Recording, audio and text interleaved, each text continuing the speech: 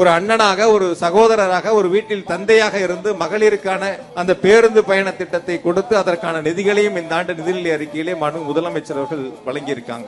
மகளிருக்கு மாதம் 1000 ரூபாய் வழங்கக்கூடிய கலைஞர் மகளிர் உரிமை திட்டம் இன்று ஏறத்தாழ 1,15,00,000 மகளிர் மாதம் 1000 ரூபாய் உரிமை தொகை பெறுகிறார்கள் என்று சொன்னால், மகளிருடைய சகோதரனாக, தந்தையாக இருந்து மாதம் 1000 ரூபாய் உரிமை தொகை வழங்கக்கூடிய ஒரு மகத்தான திட்டத்தை முதலமைச்சர்கள் செயல்படுத்தி வருகின்றார்கள். உலகத்திற்கே வழிகாட்டக்கூடிய ஒரு சிறப்பு திட்டமாக காலை உணவு திட்டத்தை தொடங்கி வைத்து இன்று ஏழை தாய்மாருடைய குழந்தைகளுடைய வயிற்று பசியை தீர்த்திருக்கக்கூடிய முதலமைச்சர் மாண்பு தளபதி என்பதை இன்று மாணவ செல்வங்களும் பெற்றோர்களும் பாராட்டி கொண்டிருக்கின்றார்கள். நடந்து முடிந்த நாடாளுமன்ற தேர்தலிலும் உதயசூரியன் சின்னத்திற்கு வாக்களித்து வெற்றி பெற செய்தீர்களோ, அதே போல வரக்கூடிய சட்டமன்ற தேர்தலிலும் ஒட்டுமொத்தமாக உதயசூரியன் சின்னத்திற்கு வாக்களித்து 234 200 என்ற இலக்கை முதலமைச்சர்கள் நிர்ணயித்திருக்கின்றார்கள்.